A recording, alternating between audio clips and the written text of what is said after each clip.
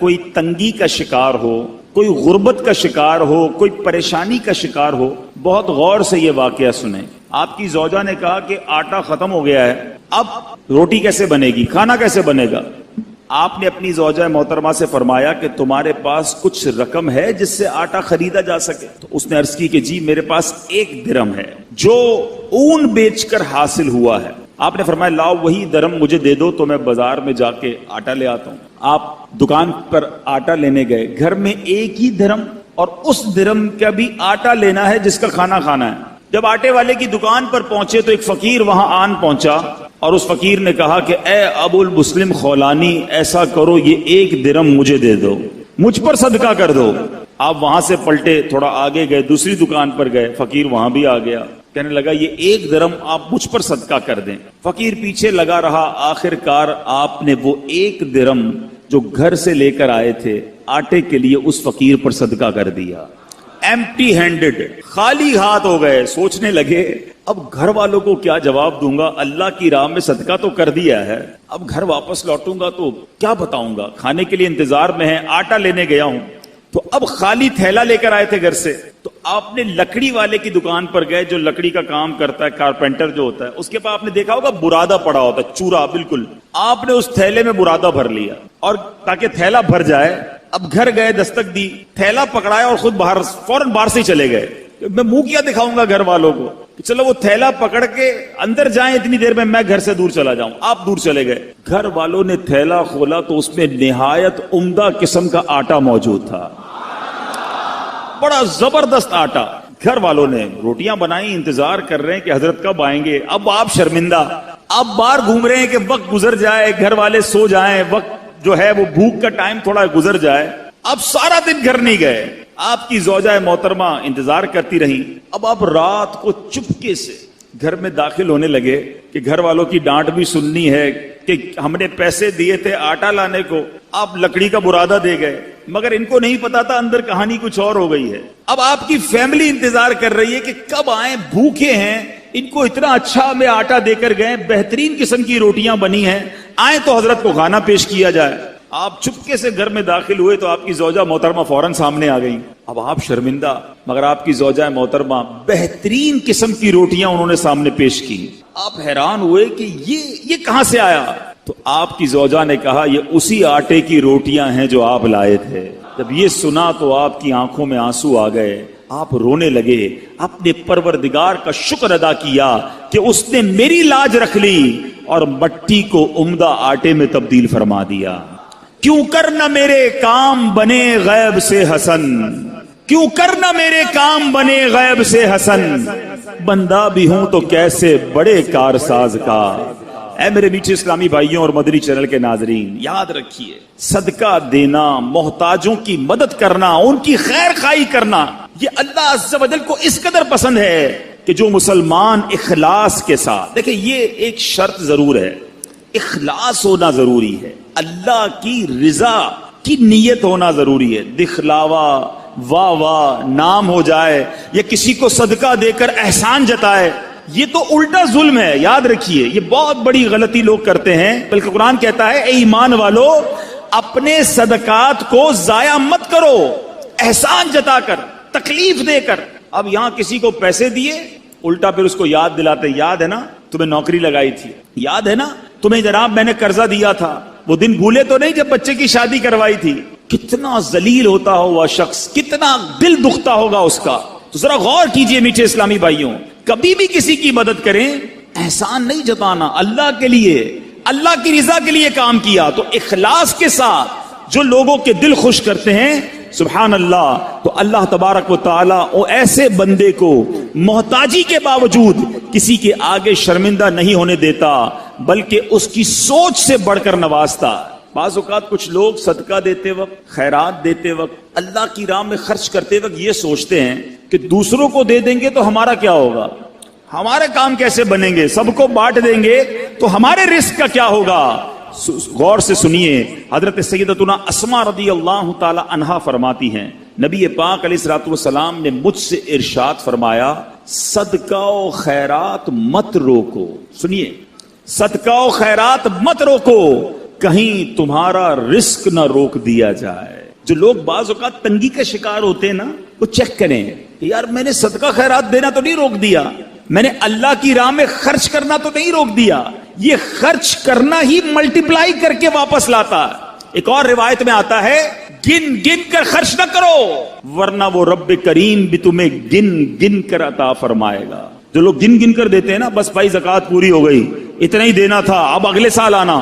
ارے رب کریم تمہیں عطا فرمائی جا رہا ہے, تم بھی بانٹے چلے جاؤ, تم بھی دیتے چلے جاؤ, وہ اور اپنے خزانوں سے عطا فرمائے گا. اے میرے بیٹے اسلامی بھائیوں, سیدنا امام بدر الدین عینی رحمت اللہ تعالی علیہ, جو ابھی میں نے حدیث پڑھی کہ پیارے آقا علیہ الصلوۃ والسلام نے فرمایا صدقہ و خیرات مت روکو کہیں تمہارا رزق نہ روک دیا جائے. اس حدیث کے تحت فرماتے ہیں اس خوف سے اپنے مال کو صدقہ کرنے سے مت روکو کہ وہ ختم ہو جائے گا, کیونکہ اللہ عز و جل تم پر مال کی تنگی فرما دے گا, یہ تجھ سے مال روک لے گا اور رزق کے وسائل ختم فرما دے گا. ہمیں نہیں پتا ہوتا, بعض اوقات ہم کسی کی مدد کرتے ہیں, اس کی دعا لگتی ہے, ہمارے بگڑے کام بننے سنور جاتے ہیں, ہمارے رزق میں برکت شروع ہو جاتی ہے. بعض اوقات کچھ غریب رشتہ داروں کی لوگ مدد کر رہے ہوتے ہیں, کچھ لوگوں کی کفالت کر رہے ہوتے ہیں, اور بزنس چلتا رہتا ہے, کاروبار بڑھتا رہتا ہے. اس میں ہماری کوئی عقل, ہماری کوئی ہوشیاری, ہمارا کوئی کمال نہیں ہوتا. کیا معلوم جس کو تم کفالت کر رہے ہو, ہر مہینے جس کے گھر کھانا پہنچا رہے ہو, یہ اسی کی دعائیں ہیں جو تمہارا رزق بڑھتا چلا جا رہا ہے, یہ اسی کی دعائیں ہیں جو تمہیں ترقی ملتی چلی جا رہی ہے. تو اللہ کی راہ میں خرچ کرنے کے لیے دل کھول کر خرچ کرتے رہنا چاہیے, صدقہ دینے میں کنجوسی نہیں کرنی چاہیے. حضرت رابعہ بصریہ رضی اللہ تعالی عنہا کا یقین دیکھو, توکل دیکھو, آپ کا بلیف کیسا تھا کہ ایک بار دو بزرگ حضرت سیدتنا رابعہ بصریہ رضی اللہ تعالی عنہا کے یہاں حاضر ہوئے, اور یہ نیت تھی کہ حضرت رابعہ بصریہ کھانا کھلائیں گی, ان کا تو کھانا بھی رزق حلال پر مبنی ہوگا. اب حضرت رابعہ بصریہ کے پاس دو ہی روٹیاں تھیں, اب دو بزرگ تھے, بھوک بھی لگی ہوئی تھی. وہی دو روٹیاں آپ نے دسترخوان پر ان دونوں بزرگوں کے سامنے رکھ دی.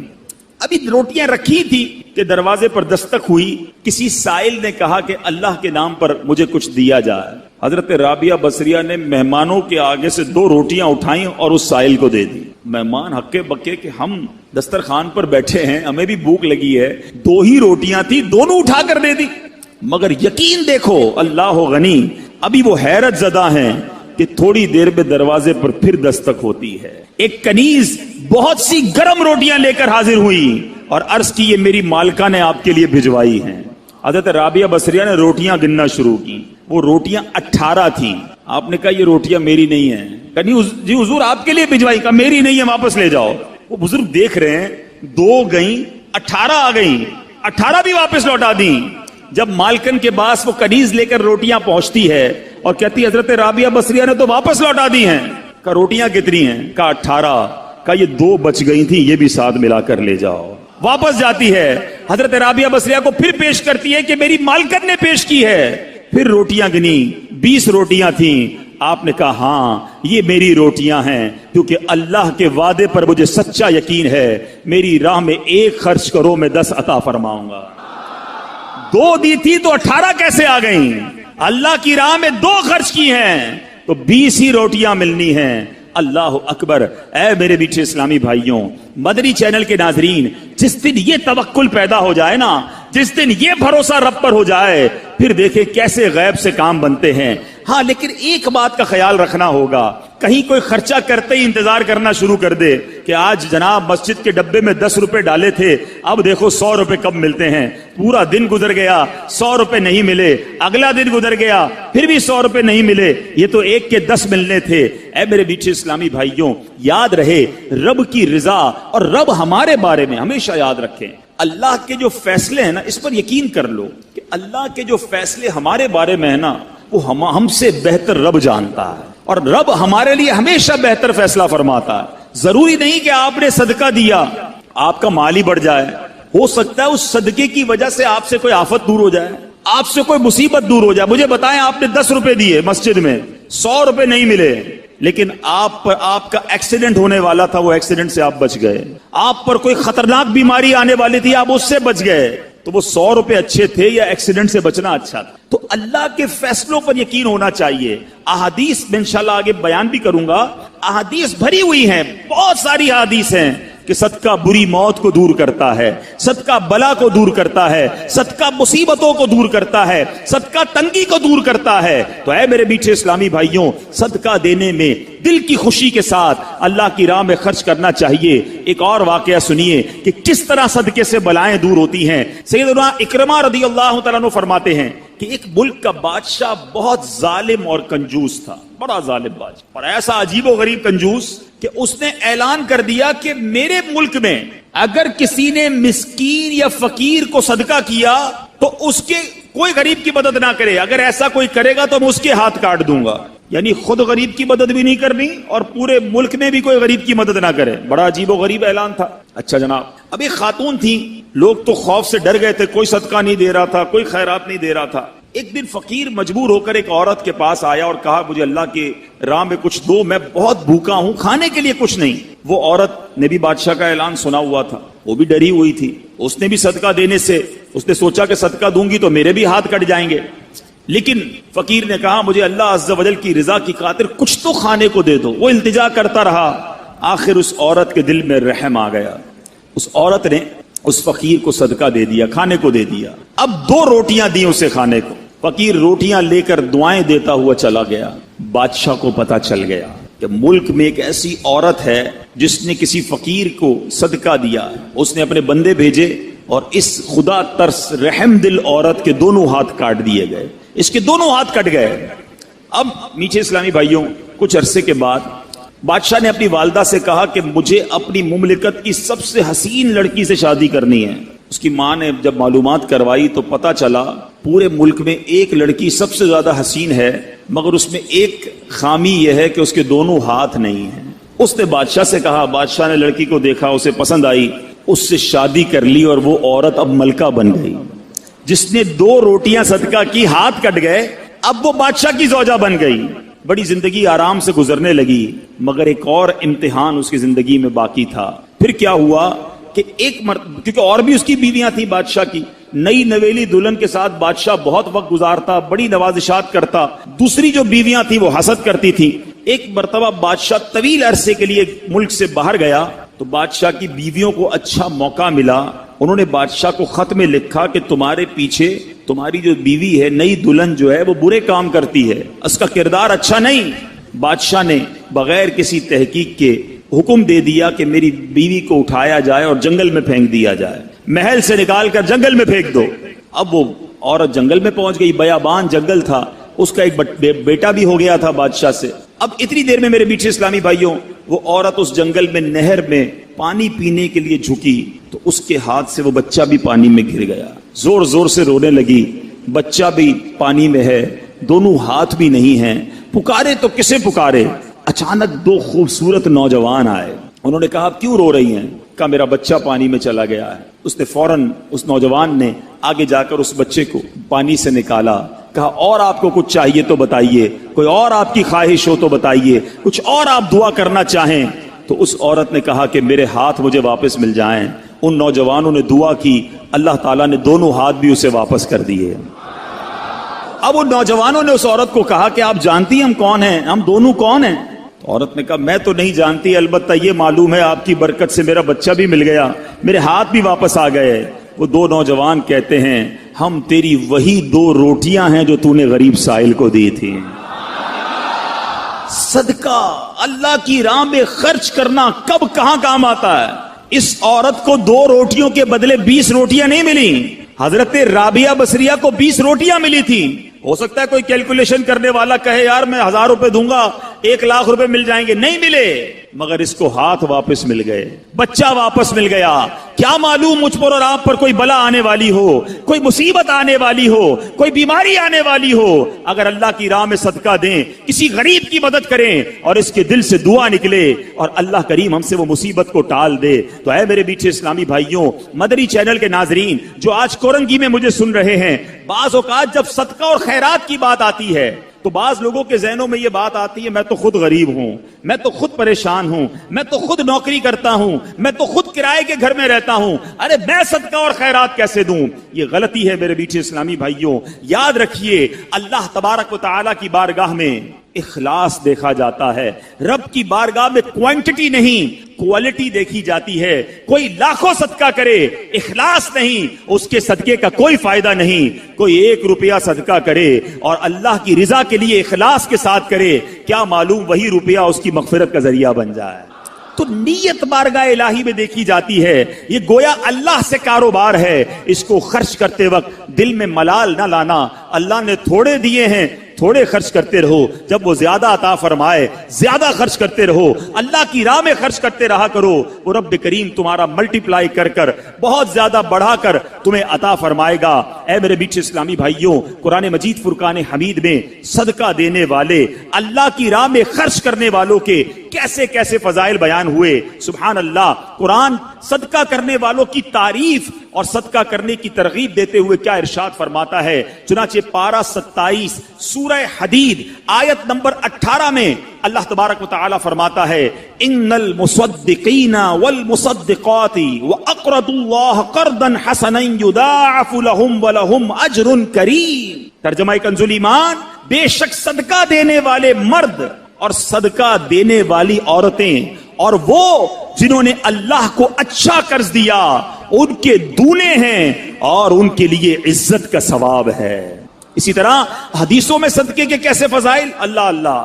نبی پاک علیہ الصلوۃ والسلام فرماتے ہیں صدقہ برائی کے 70 دروازے بند کرتا ہے. پتہ نہیں کون کون سی برائی میرے پاس آنے والی ہو, میرے گھر میں کون کون سی برائی آنے والی ہو, صدقہ دیا اور وہ برائی کا دروازہ بند ہو جائے. پیارے آقا علیہ الصلوۃ والسلام فرماتے ہیں جو اللہ عز و جل کی رضا کی خاطر صدقہ کرے تو وہ صدقہ اس کے اور آگ کے درمیان آڑ بن جاتا ہے. جہنم کی آگ اور بندہ صدقہ دینے کے والے کے درمیان یہ پردہ ہو جائے گا, یہ آڑ بن جائے گا. نبی پاک علیہ الصلوۃ والسلام فرماتے ہیں صدقہ دو. اے بیماروں جو مجھے سن رہے ہو, جو یہاں بیمار بیٹھے ہیں, جن کے گھروں میں بیمار ہیں, جو مدری چینل کے ناظرین مجھے سن رہے ہیں, سنو میرے آقا علیہ الصلوۃ والسلام فرماتے ہیں صدقہ دو اور صدقے کے ذریعے اپنے مریضوں کا مداوا کیا کرو. بے شک صدقہ حادثات اور بیماریوں کی روک تھام کرتا ہے اور یہ تمہارے اعمال اور نیکیوں میں اضافے کا باعث ہے. سبحان اللہ. بیماریاں دور ہو جائیں, حادثے دور ہو جائیں. میں کہتا ہوں ساری دنیا کی دولت ہو ہمارے پاس اور اللہ نہ کرے کوئی ایسا ایکسیڈنٹ ہو جائے کہ نہ بندے کے پیر رہیں نہ ہاتھ رہیں اور معذور ہو جائے, پھر دولت کس کام کی. اللہ صحت دے, عافیت دے, حادثات سے بچائے, آفتوں سے بچائے. بے شک زندگی میں پیسے تھوڑے ہوں, اس سے بڑی کون سی نعمت ہے. تو اے میرے میٹھے اسلامی بھائیوں, اگر آپ حادثات سے بچنا چاہتے ہیں, بیماریوں سے بچنا چاہتے ہیں, آپ مصیبتوں سے بچنا چاہتے ہیں, صدقہ دینے کی عادت اپنائیں. صبح و شام صدقہ دینے کی عادت اپنائیں. نبی پاک علیہ الصلوۃ والسلام فرماتے ہیں صبح سویرے صدقہ کا ادا کرو. شام میں بھی دینا چاہیے, رات میں بھی دینا چاہیے, مگر صبح سویرے صدقہ دینے کی فضیلت کیا فرمائی آقا نے. صبح سویرے صدقہ دو کہ بلا صدقے سے آگے قدم نہیں بڑھاتی, بلا کو انٹرسپٹ کر دیتا ہے, بلا کو روک لیتا ہے صدقہ. ہمیں صدقہ دینا چاہیے. اے میرے میٹھے اسلامی بھائیوں, اب کس طرح آفتیں دور ہوتی ہیں, اس قدر واقعات ہیں کہ ایمان تازہ ہو جاتا ہے. حضرت سیدنا اکرمہ رضی اللہ تعالیٰ عنہ سے فرماتے ہیں نبی پاک علیہ الصلوۃ والسلام نے فرمایا, پیارے آقا کی حدیث, اور یہ حدیث میرے آقا فرماتے کہ ایک عورت کے منہ میں لقمہ تھا, عورت خود کھا رہی تھی, لقمہ تھا, اتنے میں سائل نے آواز لگائی تو اس نے وہ لقمہ سائل کو کھلا دیا, خود کھاتے کھاتے کسی کو کھلا دیا. یہ بھی بات سمجھنے والی ہے. اللہ کی بارگاہ میں صدقہ بالکل دینا چاہیے, خرچ کرنا چاہیے, مگر ہم کون سا خرچ کرتے ہیں جو بچ گیا. کھانا بچ گیا, چلو بھائی کسی غریب کو کھلا دو. کپڑے پھٹنے والے ہو گئے, چلو کسی غریب کو دے دو. چھوٹے ہو گئے کپڑے, چلو کسی غریب کو دے دو. اچھا سردیاں آ گئی, اب گرمیاں آ گئی ہیں, کمبل پرانے پھٹ گئے, ہمارے گھر کے لیے نئے لینے, چلو یہ پھٹے ہوئے کمبل کسی کو دے دو. ایوری تھنگ, وہ تمام چیزیں جو میرے اور آپ کے استعمال میں نہیں, وہ اللہ کی راہ میں دینی ہے. اللہ کی راہ میں معاذ اللہ پھٹا پرانا ضائع ہونے والا گرا پڑا دینا ہے. میں یہ نہیں کہتا جو یہ دیتا ہے اس کو ثواب نہیں ملتا, مگر اپنے دل سے پوچھو. اپنے لیے خریدنا ہے تو شاندار کپڑا, بچوں کے لیے خریدنا ہے تو بہترین کھانا, اپنے لیے سویٹر سردی میں خریدنا ہے تو اچھے ویسے اچھا والا. اللہ کی راہ میں دینا ہے تو پرانا والا پھٹا ہوا اپنے دل سے پوچھو یہ کیا کر رہے ہو. بلکہ ہمارا تو مائنڈ سیٹ ایسا عجیب و غریب بن گیا ہے. گھر میں 4 بچے ہو نا, ایک بیٹا بڑا زبردست ہوشیار, سبق بھی اچھا یاد کرتا ہو, ہم کہتے ہیں یار یہ بڑا ہوشیار ہے, اس کو ڈاکٹر بنائیں گے. اچھا دوسرا وہ حساب کتاب میں بڑا تیز ہے, چھوٹا ہے لیکن حساب بہت اچھا کرتا ہے, اس کو اکاؤنٹنٹ بنائیں گے. اچھا تیسرا وہ گھر کے سارے پرزے ورزے خود ہی ٹھیک کر لیتا ہے, اپنے کھلونے بھی ٹھیک کر لیتا ہے, بڑا دماغ چلتا ہے اس کا, اس کو انجینئر بنائیں گے. اچھا جناب چوتھے کی زبان تھوڑی سی اٹکتی ہے, بہت شرارتی ہے, کچھ بھی سبق یاد نہیں کرتا, پیر بھی لنگڑاتا ہے اس کا, تھوڑا سا معذور بھی ہے, اس کا کیا کریں گے, یہ مدرسے میں دے دو. اب اپنے آپ سے پوچھو, اپنے گھر کا بہترین بچہ نہیں, بچہ بھی وہ مدرسے میں دینا ہے جو ہمارے کسی کام کا نہیں ہے. پھر ہم کہتے ہیں پتہ نہیں ہمارے علماء جو ہیں وہ زمانے کے مطابق بات نہیں کرتے, اس قدر جناب ہمارے علماء کے اندر ایجوکیشن نہیں ہے. آپ بتائیں نا, ہم نے کون سا را مٹیریل دیا مدرسے کو؟ ہم دیتے نا اپنے خاندان کا سب سے ذہین بچہ کہ بناؤ اس کو مفتی, یہ ساری دنیا میں جا کر دین کا ڈنکا بجائے گا. مگر ہم نے اپنا اچھا بچہ اپنے لیے سنبھال کے رکھنا ہے, جس بچے کا کوئی فائدہ نہیں, کوئی کام نہیں, اس کو مدرسے میں ڈال دو. ایسا نہیں ہونا چاہیے. اللہ کی راہ میں خرچ کرنے کی باری آتی ہے تو دل پر بوجھ کیوں ہوتا ہے؟ ارے دیا کس نے مجھے اور آپ کو؟ قرآن پاک کے 4 پارے کی پہلی آیت ہے, لن تنالوا البر حتى تنفقوا مما تحبون. قرآن کہتا ہے تم ہرگز بھلائی کو نہیں پہنچ سکتے جب تک اللہ کی راہ میں اپنی پیاری چیز خرچ نہ کرو. کون کرتا ہے پیاری چیز خرچ؟ ارے مزہ اسی میں. اس خاتون نے جو میرے آقا حدیث میں سنا رہا ہوں, اپنے منہ کا لقمہ نکال کر سائل کو دے دیا. ہم کہتے نہیں یار پہلے میں کھا لوں پھر بچ جائے گا تو کسی کو کھلاؤں گا, پہلے میرا کام سیدھا ہو جائے, پہلے میں اپنا کام کر لوں, اس کی باری بعد میں آئے گی. ٹھیک ہے, جیسا دو گے ویسا ملے گا بھائی. اچھا دو گے, دل سے دو گے, اخلاص سے دو گے, اللہ کی رضا کے لیے دو گے, پھر دیکھو رب تمہیں کیا عطا فرماتا. اب سنو اس عورت کو کیا ملا, اپنا لقمہ نکال کر فقیر کو کھلا دیا, خود کھا رہی تھی. اب کیا ہوا, کچھ عرصے کے بعد اس عورت کے یہاں بچے کی ولادت ہوئی. میں اپنا واقعہ نہیں سنا رہا, حدیث سنا رہا ہوں. عورت کے یہاں بچے کی ولادت ہوئی. جب وہ کچھ بڑا ہوا تو اسے بھیڑیا اٹھا کر لے گیا. عورت اس بھیڑیے کے پیچھے بھاگتی رہی, پکارتی رہی, میرا بیٹا میرا بیٹا. اب اللہ تبارک و تعالیٰ نے ایک فرشتے کو حکم دیا کہ اس بھیڑیے کے پاس جاؤ, اس کے منہ سے اس عورت کا بچہ چھین کر عورت کے حوالے کر دو, اور اس کی ماں سے کہنا اللہ عز و جل نے تم پر سلام بھیجا ہے اور یہ لقمے کے بدلے لقمہ ہو گیا ہے. تم نے اپنے منہ سے لقمہ نکال کر میری راہ میں خرچ کیا تھا, تمہارے بچے کو بھیڑیے کے منہ سے نکال کر اللہ نے واپس عطا فرما دیا. یہ ہے صدقہ.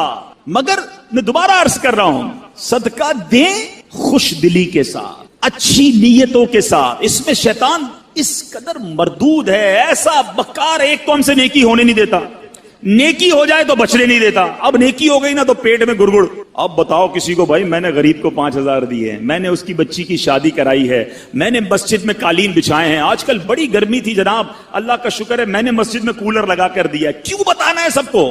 ذرا صدقہ کیا اب سب کو بتانا ہے. اعلان کرواتے ہیں امام صاحب, اب امام صاحب نہیں ہے ورنہ وہ بتاتے کہ خاص طور پر پرچی آئے گی کہ فلاں حاجی صاحب کے لیے خاص دعا کریں, مسجد کے لیے 5,000 روپے دیے ہیں, مسجد کے لیے پنکھا لگا کر دیا ہے, مسجد کے لیے کولر لگا کے دیا. کیوں میرا اور آپ کا دل چاہتا ہے کہ میرا خاص اعلان ہونا چاہیے, میرے نام لے کر بتائیں لوگوں کو کہ میں نے یہ خرچہ کیا ہے. اپنے آپ سے پوچھو, یہ اللہ کے لیے خرچ کر رہے ہو یا لوگوں کو بتانے کے لیے کر رہے ہو؟ ضائع کر دیتے ہیں ہم, خرچ کر کے ضائع. اور غلطی کیا کرتے ہیں کہ جو عام غریبوں کی مدد کرتے ہیں ان پر احسان جتاتے ہیں. اتنا سخت جرم ہے, اتنی شدید دل آزاری ہے. میں ایک واقعہ نہیں بھولتا, ایک بزنس مین تھے, ان کے پاس گیا اور ہم گئے تھے دعوت اسلامی کی احتیاط کے لیے. بہت پیسے والا شخص تھا. ہم بیٹھے تھے, چائے لے کر اس کا ایک ملازم آیا. اب یقین کریں اس بندے نے اس ملازم کے سامنے کہا کہ میں نے اس کی بچی کی شادی کروائی ہے, اس کو گھر دلوایا ہے, پوچھیں اس سے. آپ مجھے کہتا پوچھیں اس سے. میں اس ملازم کو دیکھ رہا تھا, یعنی ایسا فیل ہو رہا تھا کہ اس کا جی چاہ رہا تھا زمین پھٹے اور میں اندر چلا جاؤں. آپ کیا چاہتے ہیں یہ کہہ کر؟ اپنے صدقے دے کر کسی کو ذلیل کرنا چاہتے ہیں؟ اپنے بارے میں سوچو نا, کہ مجھے کبھی کسی سے مدد لینے کی ضرورت پڑے اور مجھے بعد میں وہ کہے کہ میں نے تمہارے ساتھ 4 آدمیوں کے سامنے کہے تمہارے ساتھ یہ بھلائی کی تھی, تو بندہ کتنا افسردہ ہو کہ یار میں نے اس سے کیا مدد لے لی, یہ تو جب دیکھو مجھے ذلیل کرتا. یہ بہت بڑی غلطی ہے. یہ صدقہ تو گیا, صدقہ تو ضائع ہو گیا. قرآن کہتا ہے اپنے صدقوں کو ضائع مت کرو, الٹا گناہ ہو گیا, آپ نے دل آزاری کی, اسے ذلیل کیا. اللہ اکبر. امہات المومنین حضرت عائشہ صدیقہ رضی اللہ تعالیٰ عنہ. اور ایک اور ہماری ابی حضور کا طریقہ سنو. اسلاف کیسے تھے, اللہ اکبر. وہ جب کسی اپنے غلام کو پیسے دیتی نا, کہتی جاؤ کسی غریب کو صدقہ کر کے آؤ, تو کہتی اس سے ہمارے لیے اس صدقے کے بدلے دعا نہ کروانا. کیوں؟ کہ صدقے کا بدلہ اللہ سے لیں گے. اچھا اگر وہ کوئی دعا دے دیتا تو کہتی دعا نوٹ کروا کے آنا, نوٹ کر کے آنا. اب وہ غلام آ کے بتاتا کہ اما حضور میں نے ایک غریب کو پیسے دیے, آپ کے دیا وہ صدقہ دیا, اس نے آپ کو یہ والی 4 دعائیں دی ہیں. آپ ہاتھ اٹھاتی اور وہی 4 دعائیں اس غریب کے حق میں کرتی, فرماتی دعا کا بدلہ دعا ہو گیا, صدقے کا ثواب اللہ سے لیں گے. یہ مائنڈ سیٹ کہ ہم کسی سے کیوں مدد چاہیں, ہم کسی سے رپلائی کیوں چاہیں. ہمارا ایک اور طریقہ کیا ہوتا ہے, اچھا یا تو احسان نہیں جتائیں گے نا, تو صدقہ دے کر کیا کہیں گے. اب جس کو صدقہ دیا نا, یا جس کی مدد کی, گھر بنا دیا, شادی کر دی, قرضہ دے دیا, اب دل میں تمنا ہوگی میں جب بھی جاؤں نا یہ میری عزت کرے, میری رسپیکٹ کرے, مجھے چائے پہ بلائے, میں اس کے گھر جاؤں تو اسپیشل طریقے سے بٹھائے مجھے. یہ کیوں تمنا ہے کہ جو میں نے صدقہ دیا ہے اس کا رپلائی ملے. بلکہ یہاں تک ہوتا ہے کسی کو عمرے پہ بھیج دے نا, کوئی مدینے بھیج دے, عمرے پہ بھیج دے, ہر چکر میں میرے لیے دعا کرنا, ہاں میرے نام کا عمرہ کرنا, بار بار سرکار کی بارگاہ میں میرا سلام پیش کرنا صلی اللہ تعالی علیہ وسلم. خود سوچئے کہ آپ جو دے رہے ہیں اس کا بدلہ چاہ رہے ہیں. ارے آپ دے دیجئے اور اللہ سے بدلے کی امید رکھیے, وہ رب کریم بہترین بدلہ عطا فرمائے گا. تو بہرحال میرے میٹھے اسلامی بھائیوں, آج یہ ذہن بنا لیجئے کہ ہم نے انشاءاللہ ہر حال میں, غربت میں, تنگی میں, فراخی میں, کشادگی میں, ہر عالم میں انشاءاللہ ہم صدقہ اور خیرات کرتے چلے جائیں گے. اعلیٰ حضرت امام اہل سنت نے دیکھو کیسے فوائد لکھے, سنتے جائیے, جھومتے جائیے اور زور زور سے سبحان اللہ کہتے جائیے.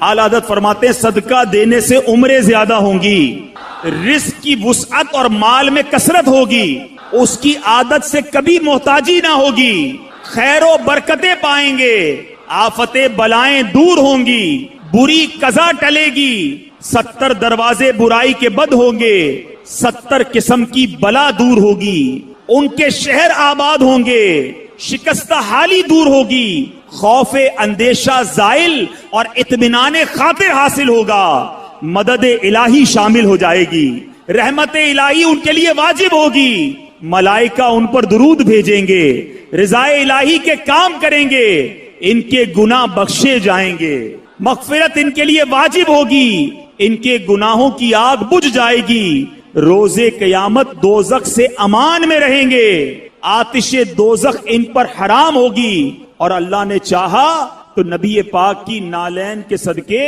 سب سے پہلے داخل جنت ہوگا. پھر کیوں نہ صدقہ و خیرات کریں, پھر کیوں نہ اللہ کی راہ میں خرچ کریں. ارے دیا بھی رب نے ہے, میرے اور آپ کے پاس تو کچھ بھی نہیں نا اپنا, کس نے دیا ہمیں؟ اللہ نے دیا, اللہ نے دیا, اسی کی راہ میں خرچ کریں, پھر وہ انعام بھی دے, ملٹیپلائی کر کے عطا بھی کرے, پھر بھی ہم کنجوسی کریں. ایسا نہیں کرنا چاہیے. اور جو بانٹنے والا, پہلے ایک تعریف آج سمجھ لیں, 4 قسم کے لوگ ہوتے ہیں.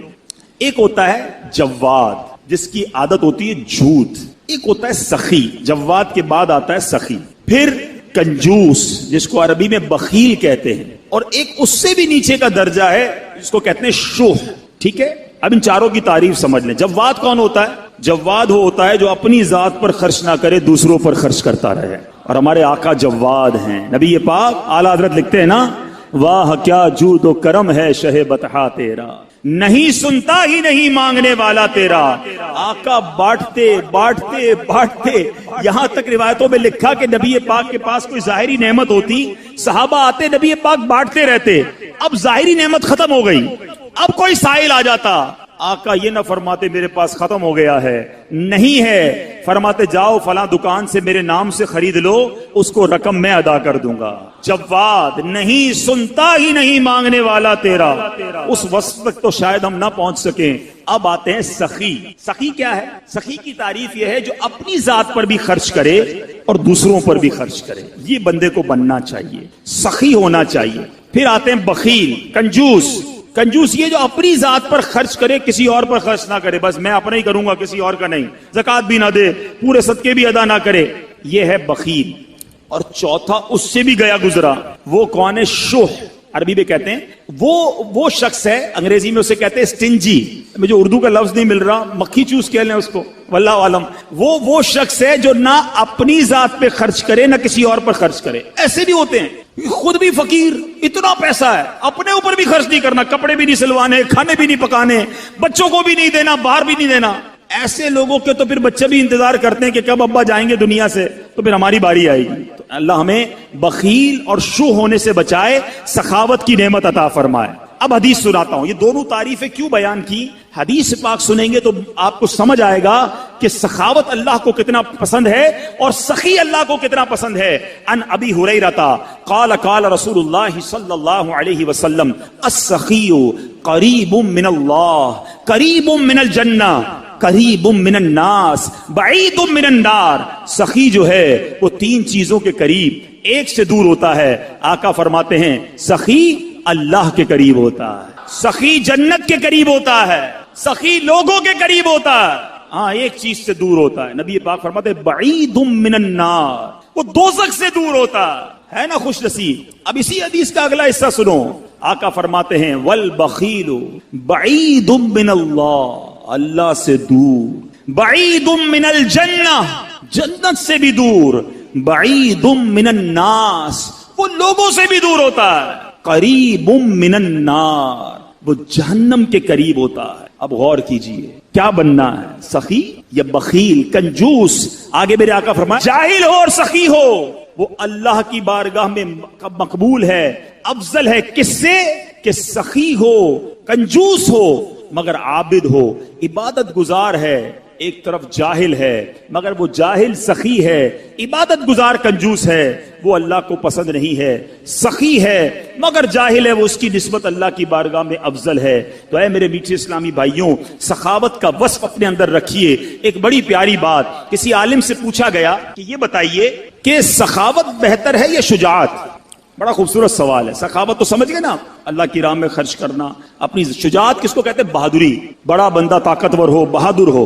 سوال کیا گیا سخاوت بہتر ہے یا شجاعت؟ میں بہادر بنوں یا سخی بنوں؟ بڑی کمال کا جواب دیا. کہتے ہیں اللہ جسے سخاوت دینا اسے شجاعت کی ضرورت ہی نہیں ہوتی ہے کہ لوگ خود بخود سخی کے سامنے چت ہو جاتے ہیں، سخی کے پیار کرنے والے بن جاتے ہیں، اس کی مدد کرنے، اس کو لڑائی کی ضرورت ہی نہیں پڑتی، اس کو طاقت کی ضرورت ہی نہیں پڑتی، اس کی سخاوت ہی اس کے کام بنا دیتی ہے. تو اے میرے میٹھے اسلامی بھائیوں، اپنے اندر یہ وصف پیدا کریں. ایک بہت خوبصورت حدیث پاک، بہت زبردست ہم سب کے لیے لیسن ہے. بانٹتے وقت کبھی بھی دل میں یہ خیال آئے نا کہ یار یہ کہہ تو ٹھیک رہے بانٹنا چاہیے، لیکن میرے پاس اگر 10,000 ہیں، میں 2,000 دے دوں گا تو 8 ہی رہ گئے نا، کم ہی تو ہو گئے. یہ کہہ رہے ہیں بڑھ رہے ہیں، کم بڑھ کہاں رہے ہیں، کم ہو رہے ہیں. اب میں جتنے بھی دیتا جا رہا ہوں میرے تو جیب سے بھی کم ہو رہے ہیں، اکاؤنٹ سے بھی کم ہو رہے ہیں، اور مولانا صاحب کہہ رہے ہیں بڑھ جائیں ہیں. آپ سنو میرے آقا کی حدیث پاک. سبحان اللہ. ان عائشہ رضی اللہ تعالی عنہا انہم ذبحوا شاۃ، بی بی عائشہ فرماتی ہیں کہ اہل بیت نے بکری ذبح کی. فقال النبی صلی اللہ علیہ وسلم ما بقی منہا، آقا علیہ الصلوۃ والسلام نے فرمایا اس میں اس بکری میں سے کیا بچا؟ اہل بیت نے بکری ذبح کی، تقسیم کی. آقا نے پوچھا ما بقی منہا، اس میں کیا بچا؟ قالت ما بقی منہا الا کتفھا، کہتی حضور کاندھے کے سوا کچھ نہیں بچا ہے، سب بانٹ دیا، بکری کا کندھا بچ گیا ہے. اللہ اکبر. نبی پاک فرماتے ہیں بقیہ کلھا غیر کتفھا، آقا فرماتے ہیں اے عائشہ کندھے کے سوا سب بچ گیا ہے. تھوڑی دیر بعد سمجھ آئے گی بات، مگر کمال کی بات کی ہے میرے آقا نے. سمجھ آئی بات؟ کاندھے کے سوا کچھ نہیں بچا. بی بی عائشہ نے کہا، نبی پاک فرماتے ہیں اے عائشہ کاندھے کے سوا سب بچ گیا ہے، یعنی جو بٹ گیا ہے وہ بچ گیا ہے، جتنا باٹا ہے وہی جمع ہو گیا آخرت کے اکاؤنٹ میں. تو ایک بات ذہن میں رکھو کہ آج میں اور آپ جو خرچ کر رہے ہیں، جو اللہ کی راہ میں دے رہے ہیں، وہ ہم سب کے آخرت کے اکاؤنٹ میں جمع ہو رہا ہے، وہ ہم سب کو انشاءاللہ وہاں جا کر ملے گا. اے میرے میٹھے اسلامی بھائیوں، صدقہ کس طرح ہمارے جو ہے وہ مال کو بڑھاتا ہے. بہت خوبصورت بات مفتی احمد یار خان فرماتے ہیں زکوٰۃ دینے والے کی زکوٰۃ ہر سال بڑھتی رہتی ہے. تجربہ ہے کہ کسان جو بیج کھیت میں پھینک کر آتا، اب دیکھیں نا کسان اگر پوری بوری بیج کی لے کر جائے کھیت میں پھینک کر آ جائے، آپ کہیں یار کیسا جاہل تھا، پوری بوری خالی کر کے آ گیا. لیکن عقل مند کیا کہے گا، آج بوری خالی کی ہے، کچھ دنوں کے بعد ٹرک بھر کر واپس آئے گا. اسی طرح گھر کی جو ہے وہ مال سے جو صدقہ نکالتے ہیں، کنویں کا پانی آپ نے دیکھا ہوگا، جتنا کنویں سے پانی نکالے وہ بھرتا ہی رہتا ہے. وہ بڑھتا ہی رہتا ہے, کنواں خالی نہیں ہوتا. تو اللہ کی راہ میں خرچ کرنے والا یقین رکھے کہ انشاءاللہ مال میں بھی برکت ہوگی اور آخرت کے اکاؤنٹ میں بھی جمع ہو جائے گا. تو بہرحال میرے میٹھے اسلامی بھائیوں, باتیں تو بہت ساری ہیں, لیکن آج ہم سب یہ نیت کرتے ہیں اب اللہ تبارک و تعالیٰ کی راہ میں دل کھول کر خرچ کریں گے انشاءاللہ.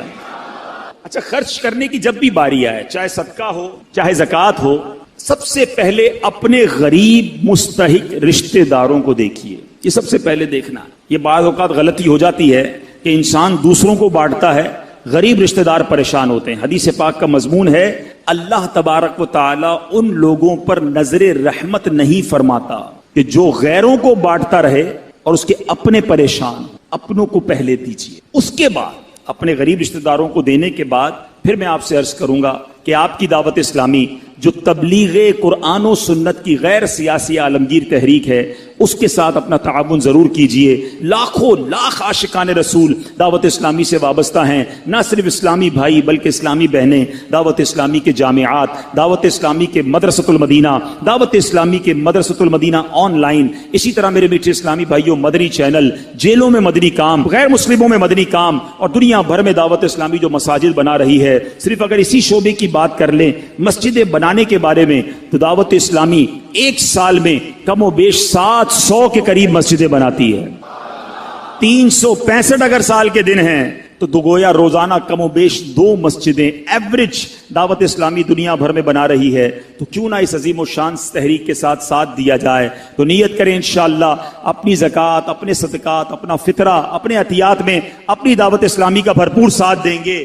عائشہ صدیقہ رضی اللہ تعالیٰ عنہ فرماتی, جس کا خلاصہ یہ ہے کہ انہوں نے پیارے آقا علیہ الصلوۃ والسلام سے کچھ اس طرح سوال کیا کہ حضور کیا شعبان آپ کو بڑا پسند ہے, آپ اس مہینے میں اس کثرت سے روزے رکھتے ہیں؟ نبی پاک علیہ الصلوۃ والسلام نے کچھ اس طرح ارشاد فرمایا جس کا مضمون ہے کہ اس مہینے میں ایک رات ہے جس رات بندوں کے اعمال نامے رب کی بارگاہ میں پیش کیے جائیں گے. اس رات کو بہت سارے نازک فیصلے ہوتے ہیں, اور میری یہ تمنا ہے کہ جب میرا اعمال نامہ رب کی بارگاہ میں پیش ہو یا جب میں دنیا سے اٹھایا جاؤں تو میں روزے سے ہوں. اے میرے میٹھے اسلامی بھائیوں, ہمیں اس مہینے میں خوب روزے رکھنے ہیں. تو نیت کریں انشاءاللہ آج کے بعد ہماری کوئی نماز قضا نہیں ہوگی. رمضان کے پورے روزے رکھیں گے, فلمیں ڈرامے نہیں دیکھیں گے, گانے باجے نہیں سنیں گے. سبحان اللہ. اسی مہینے کی یعنی یکم شعبان آپ کو معلوم ہے کن کا مبارک دن ہے؟ یہ محدث اعظم پاکستان مولانا سردار احمد صاحب کا یوم عرس بھی ہے. مولانا سردار احمد چشتی قادری رحمت اللہ تعالی مشرقی پنجاب میں 1321 سنہ ہجری بمطابق 1903 سنہ عیسوی پیدا ہوئے. آپ نے یکم شعبان المعظم 1382 سنہ ہجری بمطابق 29 دسمبر سن 1962 میں وصال فرمایا. آپ کی عظمت و بزرگی میں آپ کی والدہ کی دعاؤں کا بھی عمل دخل تھا. آپ کی والدہ اکثر فرمایا کرتی تھی میرا یہ لاڈلا بچہ عظیم شخصیت کا مالک بنے گا. اللہ نے ماں کی دعاؤں کی برکت سے محدث اعظم پاکستان بنا دیا. اللہ کریم محدث اعظم پاکستان کے قبر منور پر کروڑوں رحمتوں کی بارش برسائے اور ہم سب کو ان کے فیوز و برکات سے مالا مال فرمائے. ہمیں بھی مدنی پھول ملتا ہے. بچوں کے لیے دعائیں کیا کریں. ماں باپ بعض اوقات بچوں کو کوسنے دیتے ہیں, تو برباد ہو جائے, تو ذلیل ہو جائے, تو خوار ہو جائے, ہیں معاذ اللہ. کبھی ہمیں نہیں پتا کون سا وقت قبولیت کا ہے. ماں کی منہ سے بد دعا نکلی اور بیٹا ہی برباد نہ ہو جائے. تو بچہ کیسا بھی ہو ماں باپ کو دعائیں دینی چاہیے. اللہ کی بارگاہ میں ماں باپ کی دعائیں بچے کے حق میں بہت جلد قبول ہوتی ہیں. سبحان اللہ. اور دوسری شعبان سبحان اللہ کس عظیم ہستی کا عرس ہے معلوم ہے آپ کو, جن کے ہم سب پیروکار ہیں. جی ہاں, سیدنا امام اعظم ابو حنیفہ رضی اللہ تعالیٰ عنہ, حضرت نعمان بن ثابت رضی اللہ تعالیٰ عنہ, ان کا یوم عرس جو ہے وہ 2 شعبان المعظم ہے. اللہ اللہ, امام اعظم کی کیا بات ہے. کروڑوں حنفیوں کے پیشوا امام اعظم ماہ رمضان اور عید الفطر میں ملا کر 62 مرتبہ قرآن پاک ختم کیا کرتے تھے. 62 ٹائمز قرآن پاک پڑھتے تھے. اب ذرا سوچو, عشاء کے وضو سے کئی سال تک فجر ادا کرتے رہے, رات بھر ان کی عبادت میں گزرتی. اب ہم سوچیں کہ ہمارا کیا حال.